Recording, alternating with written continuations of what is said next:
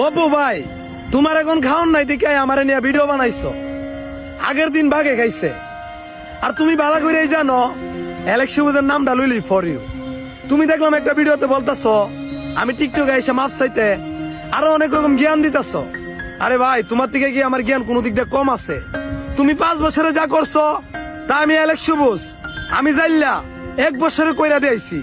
তোমার নামের হ্যাশট্যাগের view 700 million আর আমার নামের হ্যাশট্যাগের ভিউ 1 বিলিয়ন, যা বাংলাদেশের ভিতরে আর কেউ করতে পারে নাই। তুমি আরেকটা কথা বলছো আমরা নাকি টিকটকের পরিবেশটা নষ্ট করতেছি। আরে টিকটকের পরিবেশটা কে নষ্ট করে গেছে এটা পাবলিক ভালো করে জানে। তোমার এখন বাংলাদেশ আর কাউন নাই, তাই চলে গেছো দুবাই।